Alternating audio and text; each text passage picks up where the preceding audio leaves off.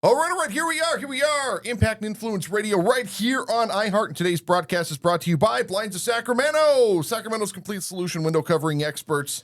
Give them a call, 916-790-8689 or blindsofsacramento.com. Now, today, we're talking with Nhu Nguyen. She's a local legend here in the networking arena here in Sacramento. I see her stuff all over the place. And she's here to talk about New Life Defenders and what that is. And how are you doing, my dear? I'm doing well. Thank you so much, Robert, for having me here today. Absolutely. Happy holidays. Happy holidays. Thank you for the bottle of wine. My pleasure. No, that's great. That is really awesome. Okay, so today we're going to be talking about New Life Defenders, what that is, what you're doing, and also at the same time, I'm going to want to learn a little bit more about Alignable as well. Is that cool? Cool. Awesome. All right. So, why are you here? Yeah. First of all, thank you so much for the opportunity to have me here to share a little bit about myself and my passion. Because at the end of the day, behind every business is the brand, right? Mm-hmm. Like who doing the business, who's running the business, and why they're doing what they're doing. So about myself, I have a really big passion behind what I'm doing or with my business. A little bit myself is as someone who's a mom of two girls, and one of them is the childhood cancer survivor. So I have learned so much, and I have experienced how expensive, how tough, and how unexpected cancer can happen to anyone at any age, in any nationality. I know it's sad, isn't it? Right. We see it so often. And, you know, I look at it like this. It doesn't matter what religion, what God you believe in, what religion you believe in, where you're at. God has certain things brought to us in our life to make us stronger, to make us better. And it's very unfortunate that some people are the example, but it does make us all better, and it makes us all stronger, because every time we experience one of those things, again, childhood cancer is probably the most awful, devastating thing on the planet, but it makes everybody a little bit smarter to prevent it, to make it better, to know how to handle it when it happens, if we don't find a cure. And then, of course, with that, the more we the more we embrace it, the more we understand it, the more we can try to prevent that from happening to somebody else. Absolutely. And we don't know how strong we are until to be strong is the only choice. Right. And when things happen to my daughter 3 years ago, so our family have learned so much, and we came out of the situation 1 year after that as a whole family. So we see that so many families fall apart after that, right? And also financially struggling. And we're so grateful that I got the plan that I've been helping people with. I had it for her before things happen. So it's a life insurance with living benefits for kids, for juvenile. And when things happen from the living benefits part of her life insurance, it can replace my income and my husband's income during that time. Yeah, absolutely. That he got laid off during that time too. Yeah, absolutely. So, who are you with? Who do you do that life insurance with? So, I'm an independent agent. I partner with a brokerage, and through the brokerage, I can represent different companies, carriers. Got it. But the company that I have for my kids and got paid out with the living benefits part, it's called National Life Group. Okay, is this a 7702? Yes. Yes. Okay. Yes, that's a 7702 plan. So yeah, we have them. We've had them. We have them. When my nephew was born, we got one on him to use as a college fund. And yeah, we're very, very familiar with it. It's a wonderful product. Wonderful product. Well, we're going to be learning more about that today. So one of the things that you wanted to talk about was spend less, save more. I'm a minimalist. What does that mean? What does a minimalist mean? Does that mean that I don't have anything in my house and I have 4 empty walls and when I talk it echoes? No. It just means that I don't have stuff that I don't need. I have a phone. I have a nice pen. I have enough clothes to do what I need to do. I have one car. I have one computer. I have a studio. I don't need big, expensive, extravagant everything else. And my philosophy is this. I used to be one of those people that collected everything. Because, I grew up around that. I always had to have 10 cars. I never had 10 cars. I had 4. But I always had a lot of cars, 20 watches, 10 guitars. I always had to have a lot of stuff.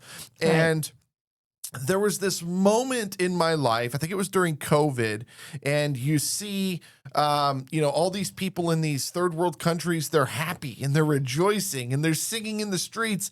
And it's just this beautiful thing. And I'm like, how are they happy and they have nothing? And I have everything and I'm miserable. And that was, for me, it was like, I don't need to have a lot of stuff. And when I found that I didn't need to have a lot of stuff, you tend to focus your energy less on work and less on stress and less on all these things. And you start to enjoy life. Right. And you appreciate the things that you have because you've worked hard for those things. Mm-hmm. Right. Yep. And life is just, your philosophy changes. So I'm assuming that's where you're going to go with this thing. I hear you, Robert. So Americans don't have problems about debt, mm-hmm. but the problems nowadays that most people have is about income, mm-hmm. right? So you see that I have met so many people, they make 6-7 figures a year, mm-hmm. but at the end of the day, how much can they keep after tax, uh-huh. after all expenses, uh-huh. right? And do you know that 80% of Americans right now, they live paycheck to paycheck? And they're in debt. And they're in debt, deep debt. Deep debt. Right. It's scary debt. Right. Scary debt. Yes. So at the end of the day, how much they make based on their paycheck, uh-huh.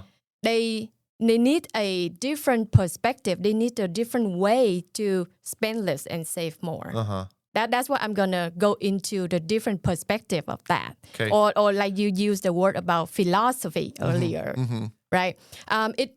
There's no right or wrong perspective here. Mm-hmm. Because they say number 6 and number 9 is just different angle of we looking at a number. Yes. Right? There's no right or wrong. Yes. So nowadays, when things get more expensive, inflation, people live longer. Uh-huh. So they're starting to look into how can I survive and retire comfortably from my paycheck that I've been working so hard for the last 40 years. Correct. Right? So during that time, with the same paycheck, spend less, save more means, let's go to the spend less part first. Mm-hmm. It means that we spend wisely on asset instead of liabilities. Right? We spend our money on, let's say. We've all tried to explain this to people. And, the funny thing is we've all read Rich Dad, Poor Dad. We've all read the cash flow quadrant and ESBI quadrant and the increase your financial IQ. We've done all the Robert Kiyosaki books. We've all done that. Where people run into the problem is they don't know how to apply it. Right. They still haven't figured out how to put those pieces together. Yeah, and I understand that talking about financial planning is really sensitive and it's overwhelming and it's complicated for some people, and they're trying to push it back, right? There's always excuse for people not talking about those topics. Yeah, right? Yeah. And who's gonna pay the cost at the end? Us, right? The person who don't know how to plan it wisely or effectively for your own money. Yeah. Well, we all see it though too. We all see it, and the cost of everything is just getting so expensive. My biggest concern, and maybe this is gonna throw you a curveball. Maybe you've already thought about this. My biggest concern is inflation, because if we go back 30 years, which was not a long time ago. Okay. Nope. We're talking 1995, which is not a long time ago. All right. So when you look at inflation, and you look at just, okay, the cost of a house as an example, okay? Much cheaper. Well, it was 25% of where it is today, right? So the average home in California was around $190,000. Today, that same house is $800,000. If we use the same rate of inflation over the next 30 years, which is, again, not a long time, okay? We're still, alive, okay? So 30 years from now, that same house at the same rate of inflation would be $3.2 million, which means that the mortgage payment on that would be $15,000 a month before P&I. So, or that would be P&I before taxes and insurance. So the point I'm making is, if we take money and we put money away, and we save money, and we save money, and we save money, that money has to be in some sort of vehicle that is going to supersede the rate of inflation. Right. And that's the hard part. It has to supersede the rate of inflation. Otherwise, you're putting that money away. And let's say, okay, well, I'm going to take this money and I'm going to save $1 million. 30 years from now, $1 million ain't going to be worth anything. That'll get you a couple of years. Yep. And that's the thing that concerns me the most. Yeah. That's the concept when people are talking about spend less based on their limited paycheck. I know. They've been paying bills every month. And food. And gas. Yes. And all the regular bills that they've been paying, it's just minimum to survive for their lifestyle. That's why after 40 years of working in the corporate America, some people, they realize that they don't have much left for retirement. This is why I always recommend start creating passive income. Right. You have to create passive income. Yeah. So today I want to touch on two ways, like the two vehicles that people should spend their money on, but help them to, better off later. The 7702, I think, is one of those products. It's a wonderful product. It is so smart. Yeah. I think I have one right now. I'm trying to remember, do I have one? Because I have a guy, one of our contributors does what you do. And I know I have policies through him. I just don't remember exactly which ones they are. The money just comes out every month and it goes into wherever it goes. And I just say, here, take the money. That's good. He's my financial guy. I say, you do it. Yeah. So I love the way you put it out like that. So the 7702, there's one way. We call it insurance. So any kind of insurance. Why we need insurance in America? Because unexpected things happen all the time. Every day. Car insurance, house insurance. Nowadays, people have pet insurance, health insurance, or phone insurance. And the 7702 you mentioned is life insurance. Yes. So that's the concept. But it's a different kind of life insurance too. Right. Because people don't like life insurance. Oh, well, it's a term. I've got a 15 or 20-year term. If I die in 30 years, I threw my money away. The 7702 is different. Right. So, of course, it's different type of life insurance, different pros and cons. They serve different purposes of who they serving and what that person looking at. Of course, you need an agent to help you to design and providing you the right information.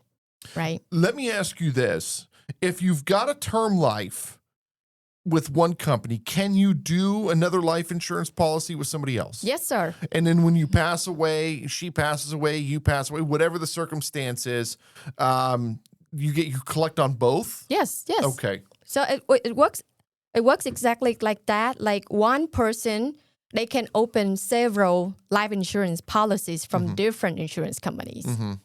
And keep in mind, all the insurance companies, they work at under the umbrella of the insurance industry in America.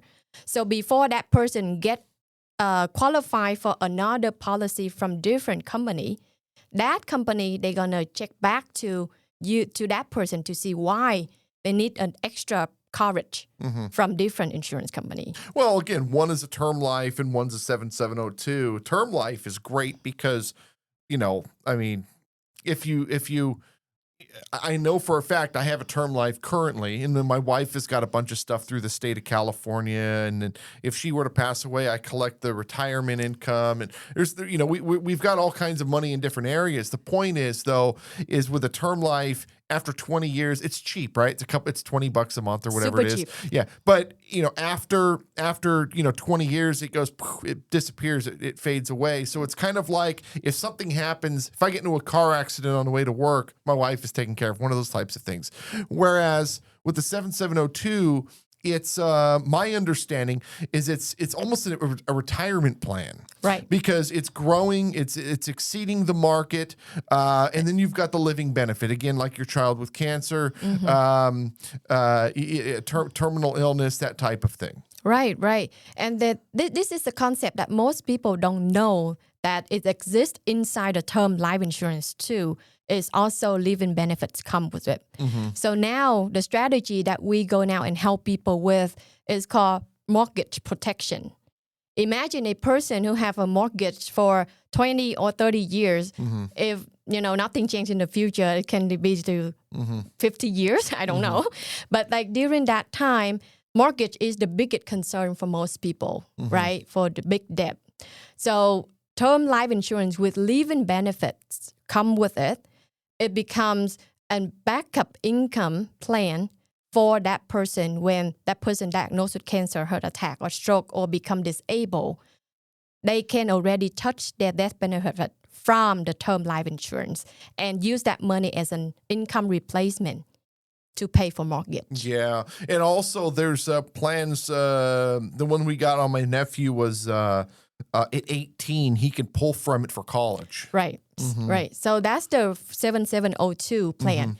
It's called the permanent life insurance.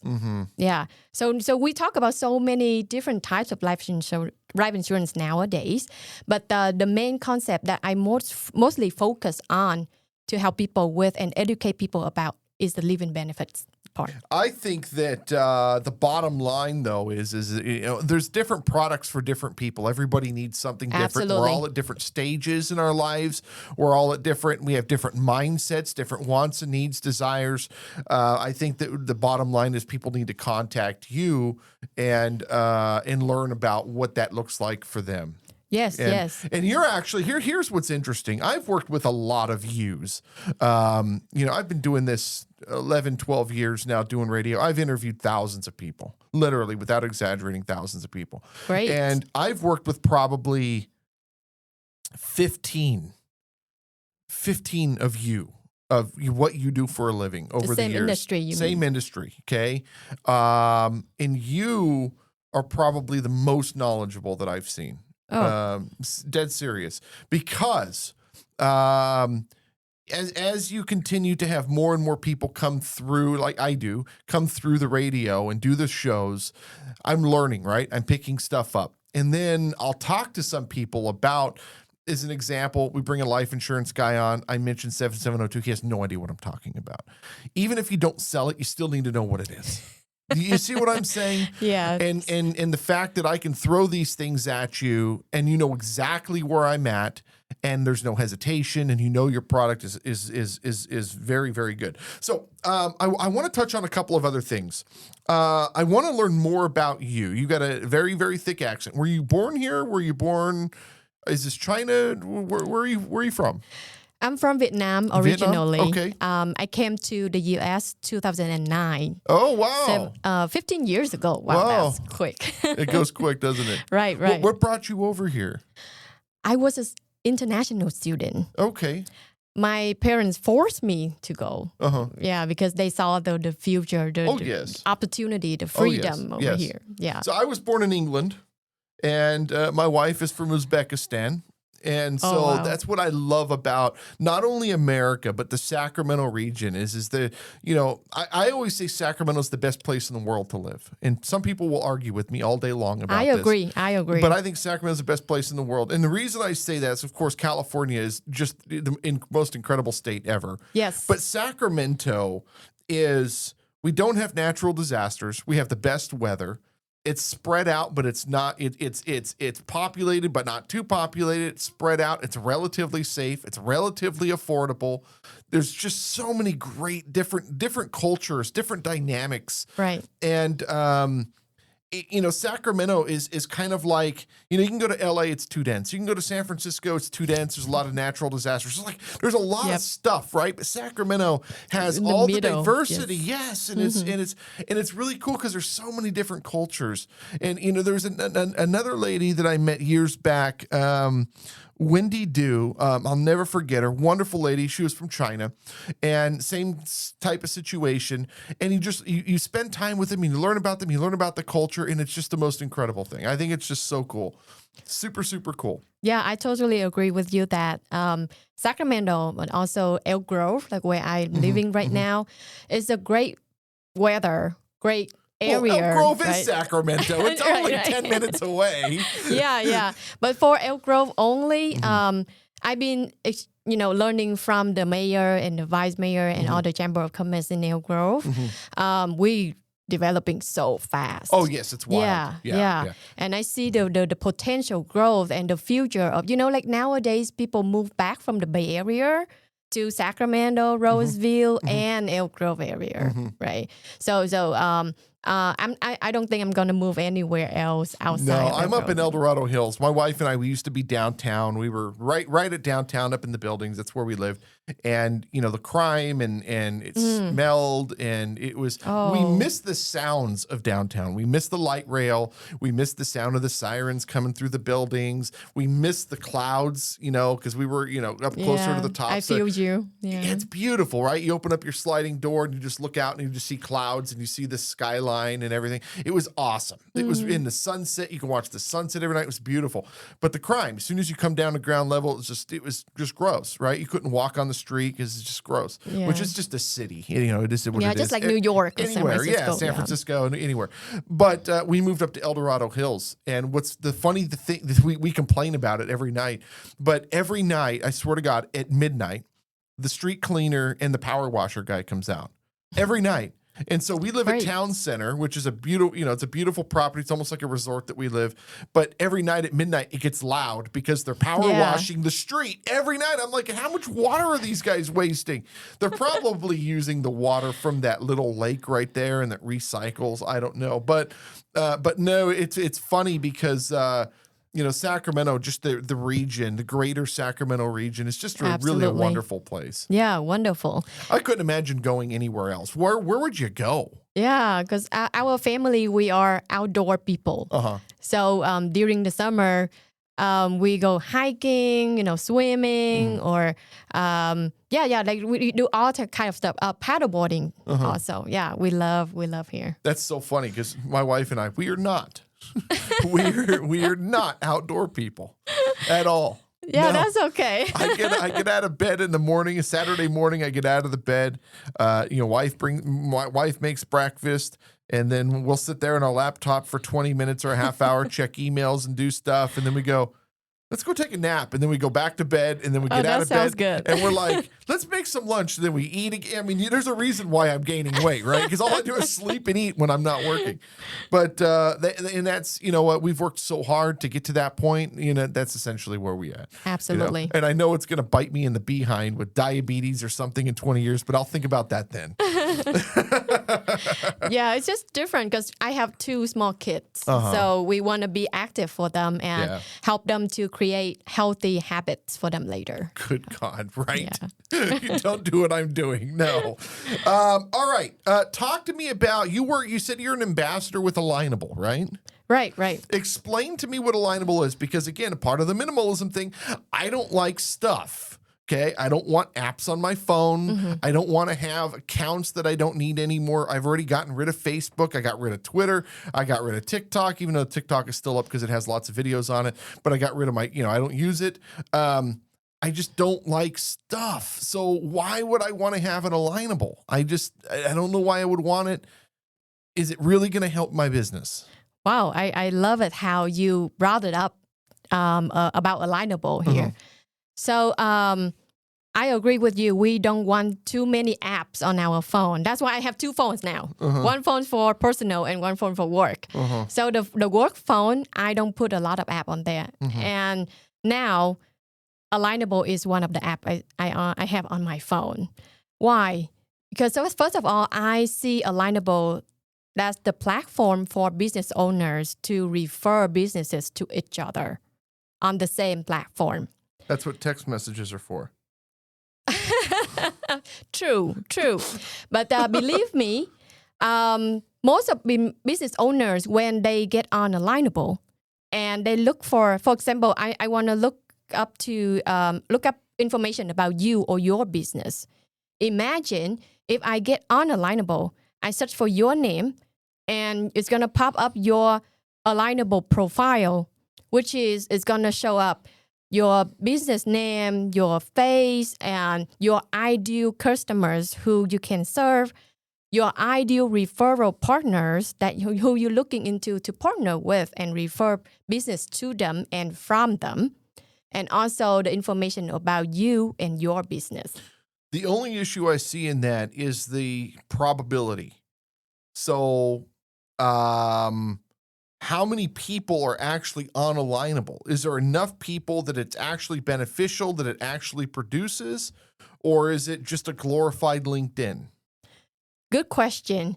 So, first of all, Alignable is only business owners in the US and Canada only, not internationally like LinkedIn. Okay. That's the first thing. The second thing is when people get on that platform, they can ask for the people who in their network to open their network for them and introduce them to the network. So for example, I connect with you on Alignable. You, like we are friends, just like Facebook friend, okay? And you can go into my network on Alignable. You look for the people who you want to connect with. You ask me to introduce you to those people. And I can introduce you directly through Alignable platform. Okay. So Frank, he's my right-hand man with the magazine, with Impact and Influence magazine. Frank has an Alignable account. He went to one of your things a year or two ago, one of your Alignable I did events. not host at that time. It was not you. No, it was not me. It was somebody else then. And he opened up an account because I asked him all about it, and he goes, "Oh, I have one, but I don't use it. I went to one of those things, and he didn't see any need it." So what I'm going to do, he needs leads. He's my right-hand man. He's the guy I send out to talk to the public. So he already has an account. I'm going to have him start working on that. And I think that'll be a good, fun project for him, and see if anything becomes of it. I'll make sure that he reaches out to you and connects friends, however it works, connects with you on there. Yeah, there's one thing that I see is very stand out for Alignable is so imagine when you're on LinkedIn, you can connect with people or send message to like only 10 people a month. And they're going to mark you as spam or scam if you do more than that. But on Alignable, it's different. Okay? So if you ask for introduction from a person to their network for you, you can do that all day long. Okay. I'm going to have Frank start working on this. This would be really, really good for him. Also, part of having a company is you got to have hierarchy. I don't want to be accessible to everybody. Right. Now, back to your phone thing. You were talking about having two phones. You know that we're working on building our own phone. Yeah. You don't know anything about this? Nope. So you know our platform, Opera. Okay. That's where our search engine, our TV, the magazine is there, Opera News, Opera Shop. We have our own platform. And I thought I showed you that on our thing. Yeah, it was on the browser. It's on the website, right? Yes, that's our web. That's our platform. We call it. I see. I'll show you when we get off. So Sure. One of the things that we're looking at now is Opera Q, and I have been really getting tired of the connecting thing. And there's an entire demographic now that's trying to become less connected. In fact, I'm even reading stories now or studies now that the younger generation, the whatever the generation is after us, is starting to value print media again, CDs and DVDs. They want to be less connected. There's almost this exodus of everyone integrated. And I think that's why I remember I was telling you there's a decline in social media. A lot of people are leaving Facebook and Twitter and these things. Right. Social media is kind of dying in a sense. And so we still need to be connected, but we can connect through our phone, through text messages, and through, meeting face to face. I don't think print letters will ever come back, but I love that. I don't think it'll ever come back. I would love to get Christmas cards again, but Yeah. the point is that I think that this next generation is going to a point of less connectivity. So one of the things that I'm looking at is creating a new phone called Opera Q, and it's back to the QWERTY keyboard. Think of like a BlackBerry, but there's no internet on it. It's kind of no point of having 5G. So it's going to be offline. It's going to be phone, text, and email. Okay. And then we're thinking about taking the Opera platform and installing that into the platform as well. So if you want to do your shopping, you can shop on Amazon, but it has to be done through Opera. If you want to do your search, we have our own search engine. We work with Google, so we have a search engine contracted with Google, but there's no ads on it. So it's a cleaner search, but you can search through Opera and it searches Google, and the search results actually pull up on our platform. It doesn't go to Google, it's on our platform. We have our own news, we have our own TV streaming, and everything is free. Wow. And so where we make our money is the ad revenue, right? So we have banner ads in the magazine, and we have an affiliate with Amazon, so we get paid on the traffic that we generate for Amazon and that kind of stuff. Right. So the point, though, is if we create this phone that has very little, but it has everything that you need, people are less connected. And the other thing that we're thinking about is a black and white screen, maybe going back to like an old newspaper look. The device is yay big, and it's a QWERTY keyboard. It has this physical keyboard. And what I'm thinking about is, companies want their employees to be less connected. They're screwing around. There's too much this, there's too much that. Right. Having a device that has just enough for them to get their job done and be productive, and then a price point of, so we did our analysis on what it actually would cost to produce the unit, and we're looking at a retail somewhere around $299. That's a fraction of what it would cost to buy an iPhone.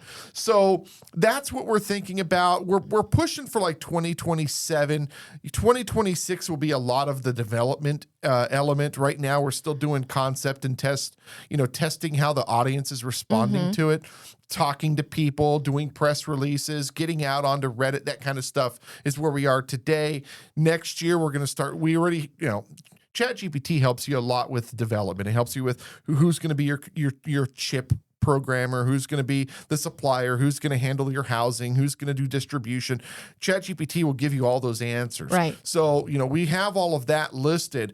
Now it's just a matter of connecting with all of these people and figuring out what the logistics are on all of those. But yeah, that's what we're thinking about. So I do think that that people are wanting to be less connected.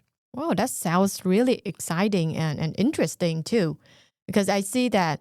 Yeah, I agree with you. I have nephews and nieces. When they ask for Christmas presents, they ask for vinyls.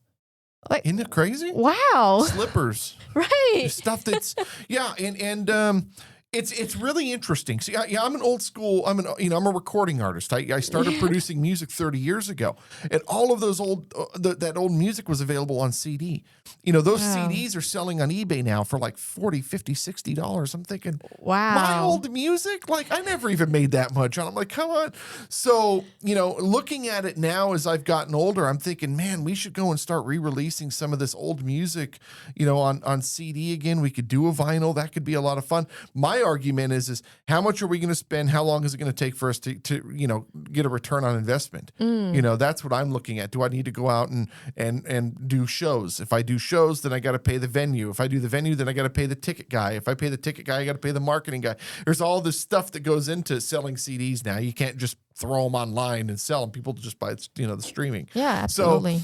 So it's the logistics on all of these things. But yeah, I do think that this next generation is going to bring a lot of this stuff back, VHSs and DVDs and all that kind of stuff. I love your idea, like business ideas that you have in mind, and I wish you all the best. But and also, what idea I have in my mind right now, the ideas only come out when you have a community of people who can help you to make it happen.